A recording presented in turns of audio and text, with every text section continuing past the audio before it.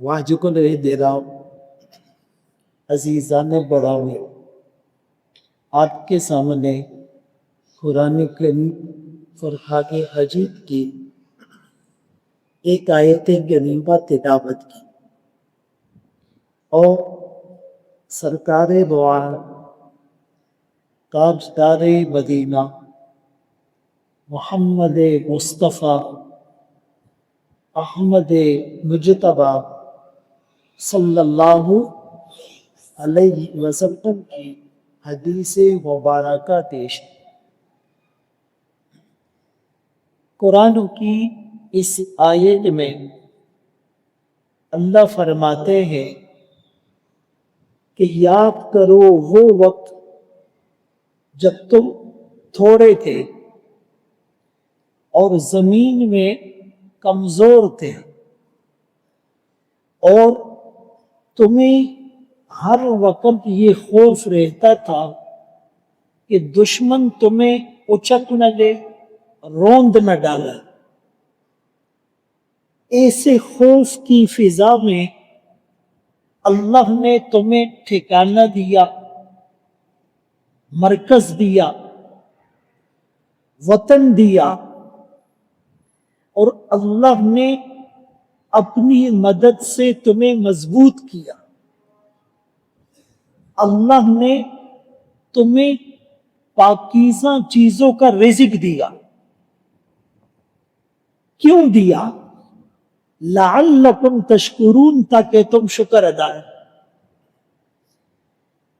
اگر ہم یوں کہیں کہ آج ہمارا موضوع سخن 3 بنیادی نکات کے گرد گھومے گا۔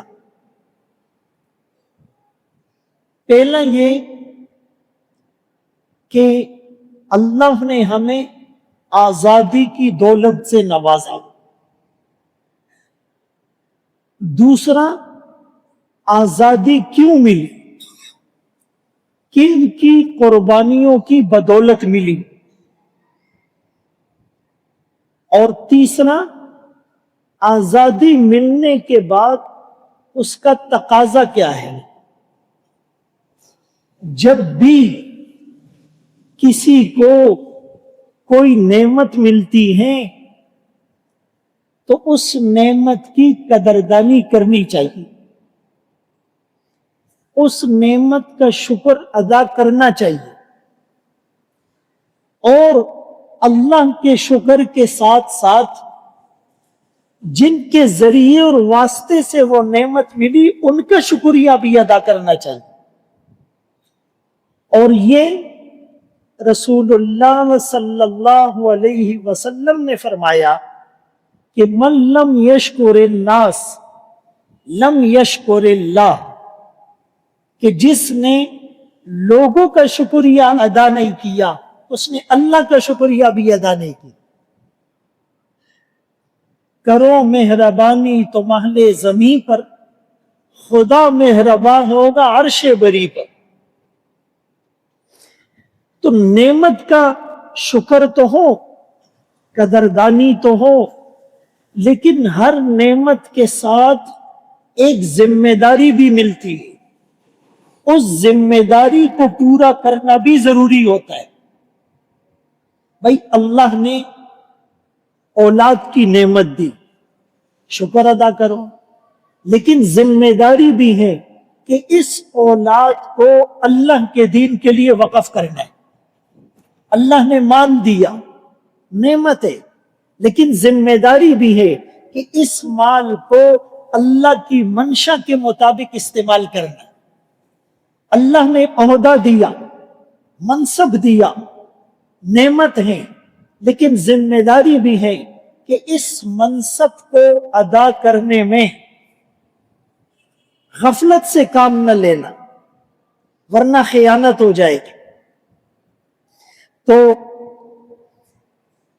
اللہ نے ہمیں آزادی کی نعمت سے نوازا۔ یہ پتہ ان لوگوں کو ہوگا جن کو اپنی تاریخ پتہ ہو۔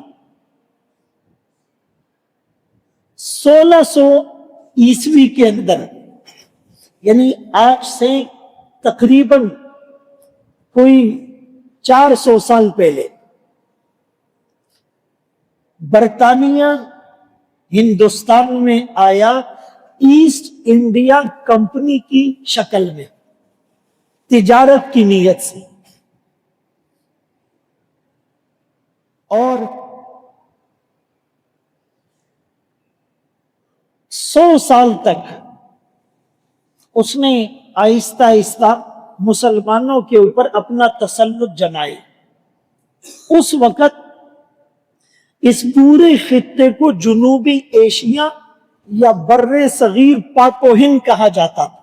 پاکستان، ہندوستان، بنگلہ دیش یہ کچھ بھی نہیں تھا۔ اور پھر 90 سال تک برطانیہ نے براہ راست اس خطے پر حکومت کی۔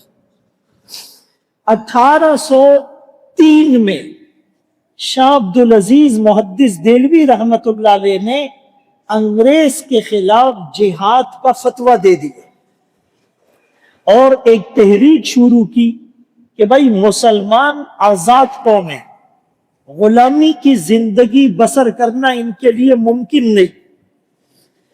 تو 1831 میں بالاکوٹ کے مقام پر شاہ اسماعیل شہید اور شاہ احمد شہید اپنے ہزاروں رفقا کے ساتھ شہید ہو گئے۔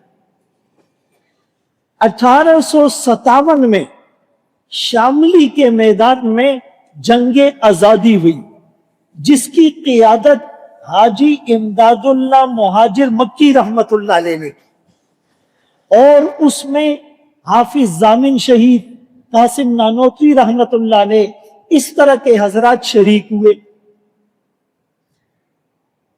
پھر اس کے بعد جب 1857 میں مسلمانوں کو شکست ہوئی، علماء شہید ہو گئے، تو 1866 اور 67 میں دارالعلوم دیوبند کی بنیاد رکھی گئی۔ اس کی بنیاد رکھنے والوں میں علامہ شبیر احمد عثمانی رحمت اللہ علیہ کے والد مولوی فضل الرحمن اور شیخ الہند محمود الحسن رحمت اللہ علیہ کے والد مولوی ذوالفقار علی یہ شامل تھے۔ اور 1888 سے 1920 تک شیخ الہند رحمت اللہ علیہ نے دارالعلوم دیوبند کا اہتمام سنبھالے رکھا۔ اس کے بعد 1906 میں مسلم لیگ کا قیام عمل میں لایا گیا، اور 1909 میں جداگانہ حق کے انتخاب کی مہم چلائی گئی۔ 1916 میں میثاق لکھنؤ، جس میں کانگریس اور مسلم لیگ کا اتحاد ہوا۔ 1929 میں قائد اعظم رحمت اللہ علیہ کے 14 نکات منظر عام پر آئے۔ 1930 میں علامہ اقبال رحمت اللہ علیہ کا خطبہ الہ آباد وہ پیش کیا گیا۔ 1933 میں چودھری رحمت علی کا ایک کتاب ناؤ اینڈ نیور پاکستان کے نظریے کی بنیاد پر لکھی گئی۔ 1940 میں قرارداد مقاصد پیش ہوئی، اور پھر جا کر 1947 میں یہ خطہ معرض وجود میں آیا۔ یہ کوئی ایک جلسہ نہیں تھا کہ پاکستان وجود میں آ گیا۔ پاکستان کا مطلب کیا؟ لا الہ الا اللہ۔ اس کے پیچھے 1947 سے پہلے تقریباً 350 سال کی ایک ہسٹری تھی، اور اس میں ہزاروں علماء اکابر کا خون شامل تھا، غیور مسلمانوں کی قربانیاں شامل تھی۔ اسی لیے اس ملک کے اندر حکمران جتنی بھی خیانت کرے، کرپشن کرے، بدعنوانی کرے، لیکن اس بنیاد پر ہم پاکستان کی اہمیت، اس کی افادیت، اللہ کی طرف سے اس کا نعمت ہونا، اس کا انکار نہیں کر سکتے۔ اور شبیر احمد عثمانی رحمت اللہ علیہ جو پہلے جمعیت علماء ہند کے ایک رکن تھے، 1945-46 میں انہوں نے جمعیت علماء اسلام کی بنیاد رکھی، اور نیشنل آرکائیو جو اسلام آباد میں ڈاکومنٹس موجود ہیں اس میں اشرف علی تھانوی رحمت اللہ علیہ اور قائد اعظم کے خط و کتابت کا سلسلہ موجود ہے کہ کس طرح بانی پاکستان نے مولانا اشرف علی تھانوی رحمت اللہ علیہ سے رہنمائی حاصل کی تھی کہ اس ملک کی بنیادیں کن خطوط پر استوار ہوگی، اس ملک کا نظریہ کیا ہوگا، اس ملک کے رہنے والوں کا تشخص اور آئیڈینٹی کیا ہوگی۔ اور یہی وجہ تھی کہ پاکستان بننے کے بعد اس کا جھنڈا لہرانے کے لیے قائد اعظم محمد علی جناح رحمت اللہ علیہ نے علامہ شبیر احمد عثمانی رحمت اللہ علیہ کو بلایا اور ان کے ہاتھ سے پاکستان کا جھنڈا لہرایا، اور اس تقریب کے آغاز میں حضرت کی تلاوت ہوئی اور مشرقی پاکستان کا جھنڈا اشرف علی تھانوی رحمت اللہ علیہ کے بانجے ظفر احمد عثمانی رحمت اللہ علیہ کے ہاتھ سے لہرایا گیا، اور پھر بانی پاکستان نے وصیت کی کہ میرا جنازہ بھی علامہ شبیر احمد عثمانی رحمت اللہ علیہ پڑھائیں گے، اور پھر علامہ محمد اسد کی قیادت میں بانی پاکستان نے ایک کمیٹی تشکیل دی کہ یہ ملک تو ہم نے حاصل کر لیا، اس بنیاد پر پاکستان کا مطلب کیا؟ لا الہ الا اللہ۔ پاکستان کا مقصد کیا؟ محمد الرسول اللہ۔ لیکن صرف نعرے تک ہم محدود نہیں رہیں گے، خلافت کے نظام اور ڈھانچے کو بنانے کے لیے تم علماء اس پر کام شروع کر دو۔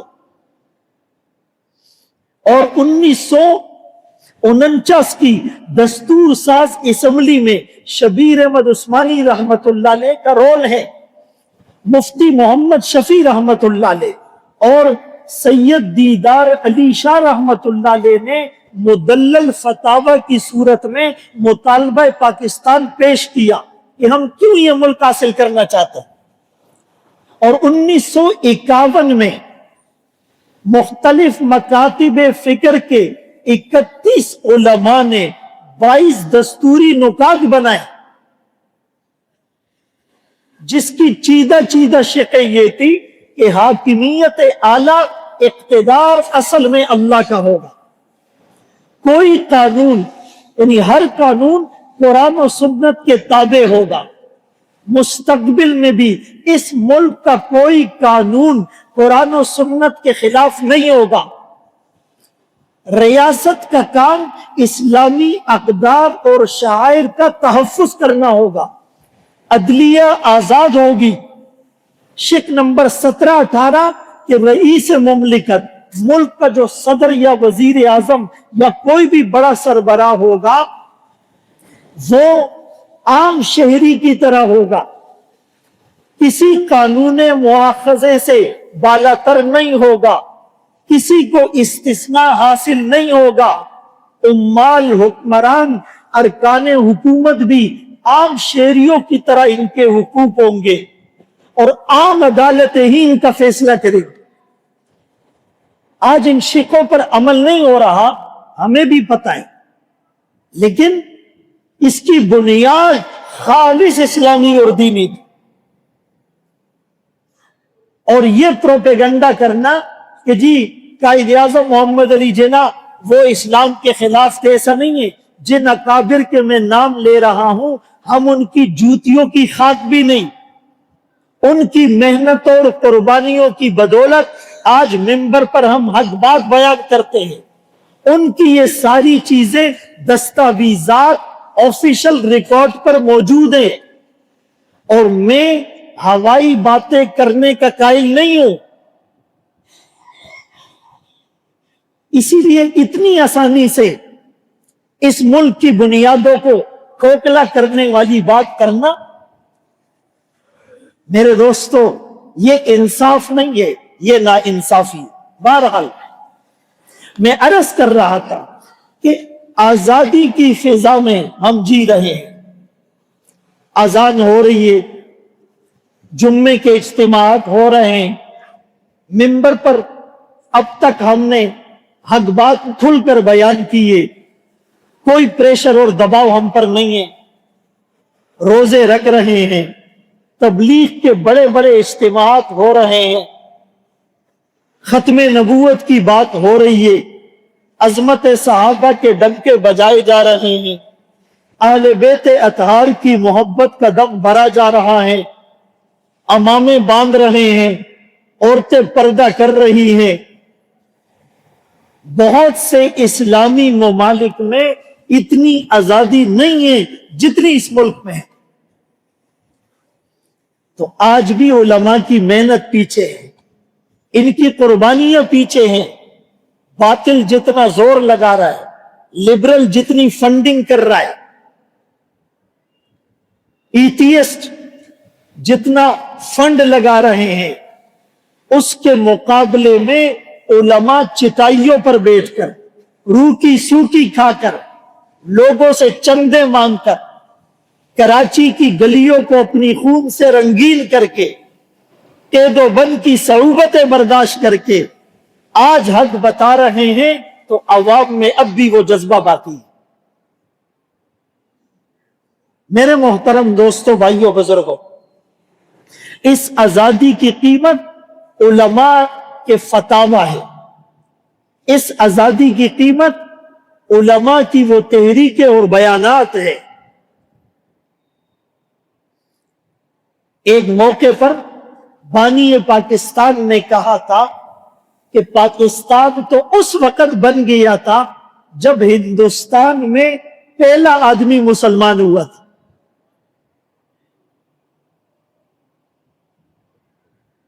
محمد بن قاسم رحمت اللہ علیہ، جو طائف کے قبیلے ثقیف سے تعلق رکھتے تھے، 1702 کے اندر وہ حجاز سے دیبل آئے جو سندھ میں ہے، وہاں بمبور میں میوزیم بھی، میں وہاں بھی گیا، 17 سال ان کی عمر تھی، اور ایک عورت کی پکار پر حجاز سے دیبل آئے تھے، اور ان کی برکت سے سندھ میں لوگ مسلمان ہو گئے تھے، اسی لیے سندھ کو باب الاسلام بھی کہا جاتا ہے۔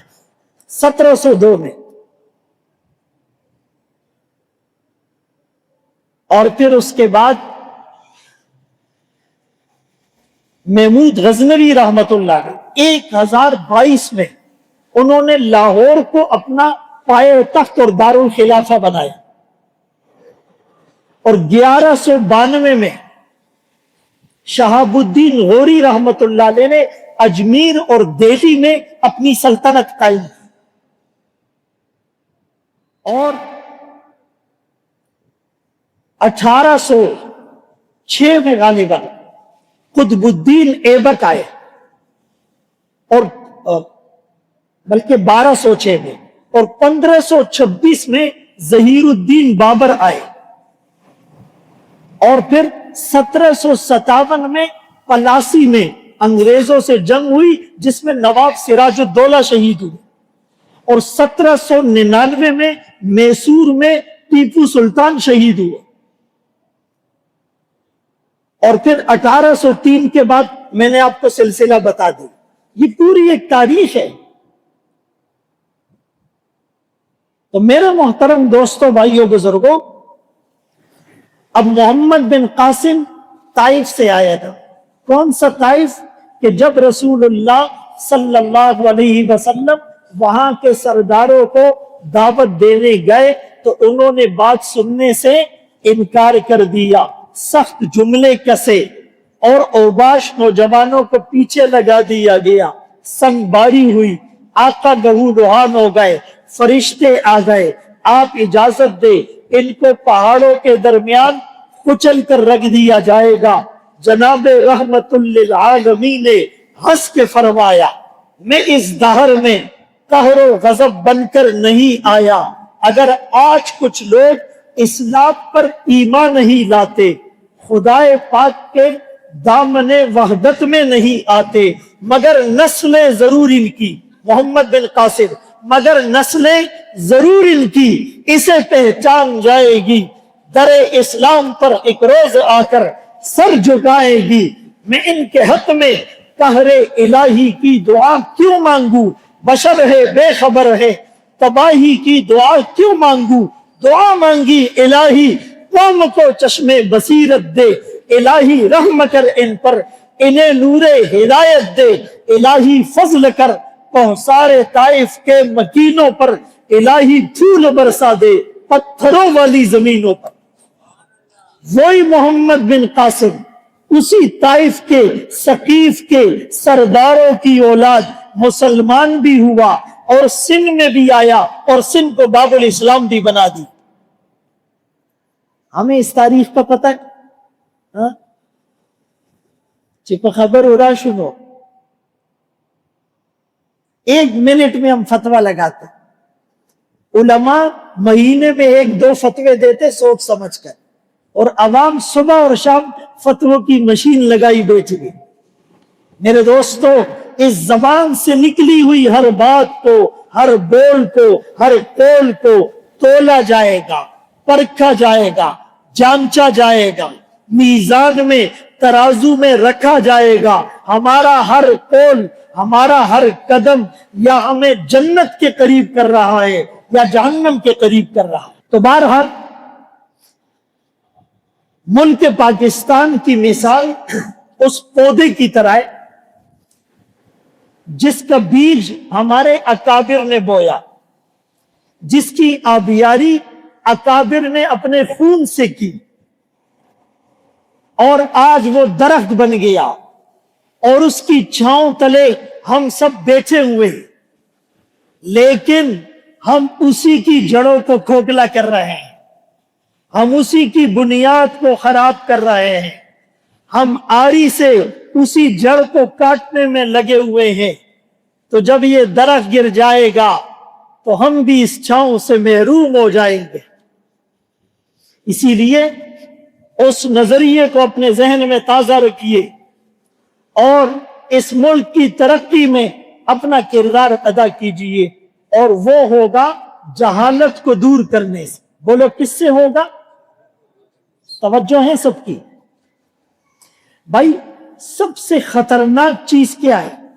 شرک ہے، قتل و غارت گری ہے، جھوٹ ہے، خیانت ہے، تکبر ہے، حسد ہے، عصبیت ہے، لسانیت ہے، قومیت ہے، سیاست ہے. کیا ہے؟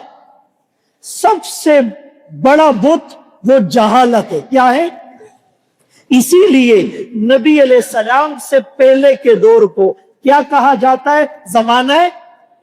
زمانہ شرک نہیں کہا، زمانہ بدعت نہیں کہا، زمانہ قتل و غارت گری نہیں کہا، زمانہ جہالت کہا. اور رسول اللہ صلی اللہ علیہ وسلم کے سب سے بڑے دشمن کو آپ نے کیا لقب دیا؟ ابو جہل، جہالت کا باپ. ابو الحسن ندوی رحمت اللہ علیہ نے لکھا ہے کہ بھائی جہالت ایسا کنواں ہے جس میں شرک بھی ہے، بدعت بھی ہے، قتل و غارت گری بھی ہے، لسانیت بھی ہے، عصبیت بھی ہے، قومیت بھی ہے، سیاست بھی ہے، تفرقہ بازی بھی ہے، انتشار بھی ہے، عداوت بھی ہے، نفرت بھی ہے، ظلم بھی ہے، عصیان بھی ہے، معصیت بھی ہے، بغاوت بھی ہے، سرکشی بھی ہے، جور و جفا بھی ہے. ساری برائیاں جس کنویں میں ہے اس کنویں کا نام ہے جہالت. اور جہالت کو ختم کریں گے علم سے. بولو بھائی عیسیٰ علیہ السلام کے بعد 570 سال تک کوئی نبی نہیں آیا. اس کو فترت وحی، انقطاع وحی یا کمیونیکیشن گیپ کہا جاتا ہے. جہالت ٹاپ پر، قتل و غارت گری ٹاپ پر، ظلم و بربریت ٹاپ پر، تقریباً 650 سال کے بعد اس امت اور کائنات میں انقلاب کے لیے، ریولوشن کے لیے، اصلاحات کے لیے جو پہلا حکم آیا وہ کیا تھا؟ اقرا پڑھو۔ وہ کیا تھا؟ اقرا پڑھو، یعنی جہالت کو ختم کرنا ہے، علم حاصل کرو۔ شرک کو ختم کرنا ہے، علم حاصل کرو۔ قتل و غارت گری کو ختم کرنا ہے، علم حاصل کرو۔ لسانیت، عصبیت، قومیت، سیاست کو ختم کرنا ہے، علم حاصل کرو۔ اور علم سے مراد قرآن اور حدیث، اور قرآن اور حدیث آئے گا مسجد اور مدرسے سے۔ بولو مسجد اور آئے گا یا نہیں؟ رسول اللہ صلی اللہ علیہ وسلم جب مکے سے مدینے آئے تو پہلے اسٹے کیا قباء کی بستی میں۔ قباء کی بستی میں آ کر آپ نے سب سے پہلا کام کیا کیا؟ بولو زور سے بولو۔ مسجد بنائی، مسجد قباء، جب 2 رکعت نفل پر عمرے کا ثواب ملتا ہے۔ پھر آپ آگے گئے، جہاں ہم نے جمعہ پڑھایا وہاں مسجد بنائی، مسجد جمعہ۔ پھر آپ مدینے میں آئے، مسجد بنائی، مدینہ مسجد نبوی۔ آپ جہاں گئے سب سے پہلا کام آپ نے کیا کیا؟ مسجد بنائی۔ کیوں؟ کہ نماز ہوگی مسجد میں، اقام الصلاۃ، زکوٰۃ کی ترغیب ہوگی مسجد میں، آتوا الزکاۃ، امر بالمعروف کا سلسلہ ہوگا مسجد میں، امروا بالمعروف، برائی سے روکا جائے گا، نہی عن المنکر مسجد میں، خطوط لکھے جائیں گے مسجد سے، وفود ٹھہرائے جائیں گے مسجد میں، معاہدات لکھے جائیں گے مسجد میں، تبلیغ کی جماعت جائے گی مسجد سے، جہاد کا تبلیغ کا نظام جائے گا مسجد سے، ریاست کے خطوط کو استوار کرنے کے لیے خارجہ پالیسی ڈیزائن ہوگی مسجد میں، بیواؤں کی کفالت، یتیموں کی کفالت کا نظام ہوگا مسجد میں۔ مسجد سے لوگوں کو جوڑا ہے، اور آج باطل کا سارا زور لوگوں کو مسجد سے توڑنے میں ہے یا نہیں؟ بولو بھائی۔ بیان میں کرتا ہوں اور استری تاسو شئی پانی پلا دوں۔ ویسے شکرانے کے طور پہ تو آج ہمیں روزہ رکھنا چاہیے تھا، یہ ملک آزاد ہوا، اسلامی تاریخ 27 رمضان تھی، وہ ہم سب الحمدللہ روزہ رکھتے ہیں۔ انگریزی تاریخ کے حساب سے بھی رکھ لو تو اچھا ہے۔ اس بچے کو یہاں سے باہر کریں، سبا غرزید علیہ نبیہ بھائی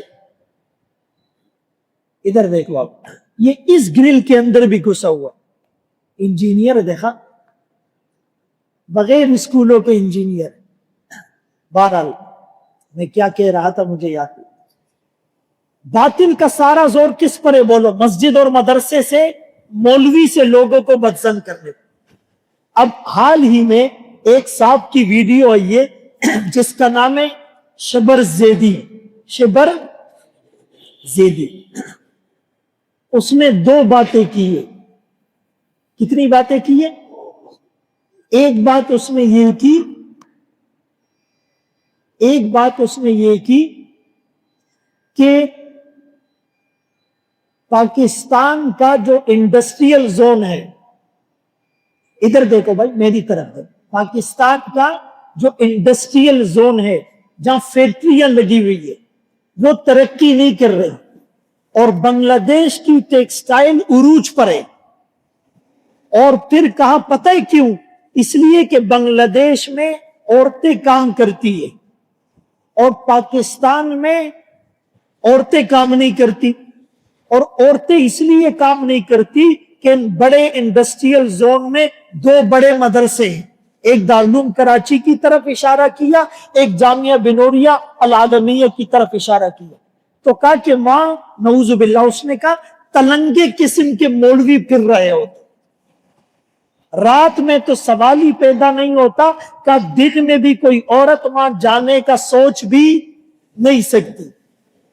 ایسے بدبخت لوگ جو ملک کے بڑے عہدوں پر فائز ہوتے ہیں اور بغض صحابہ جن کے دل میں بھرا ہوا ہوتا ہے، اور خدا کی قسم ان پر پھٹکار ہوتی ہے، اور وہ مدارس کے خلاف ایسی بات کرتے ہیں۔ یعنی یہ دو بڑے مدارس جہاں ہزاروں طلباء پڑھ رہے ہیں، لاکھوں طلباء یہاں پڑھ کر جا چکے ہیں، جہاں صبح سے لے کر رات تک قرآن اور حدیث پڑھایا جاتا ہے، فقہ پڑھائی جاتی ہے، اخلاقیات کا درس دیا جاتا ہے، اذانیں ہوتی ہے، نمازیں ہوتی ہے، تہجد کا اہتمام ہوتا ہے، اللہ کا ذکر ہوتا ہے، دعائیں ہوتی ہے، اصلاحی بیانات اور اصلاحی مجالس ہوتی ہے، لوگوں کے مسئلے حل کرنے کے لیے فتاوی دیے جاتے ہیں، لوگوں کی رہنمائی کے لیے مسائل بتائے جاتے ہیں، تصنیف اور تالیف ہوتی ہے، نشر و اشاعت ہوتی ہے، پوری دنیا سے لوگ آ کر علم حاصل کرتے ہیں، سیراب ہوتے ہیں، اپنی علمی دینی تشنگی کو بجھاتے ہیں، پوری دنیا میں ان کا فیض جاری ہے، اور یہ بدبخت ایسی بات کر رہے ہیں۔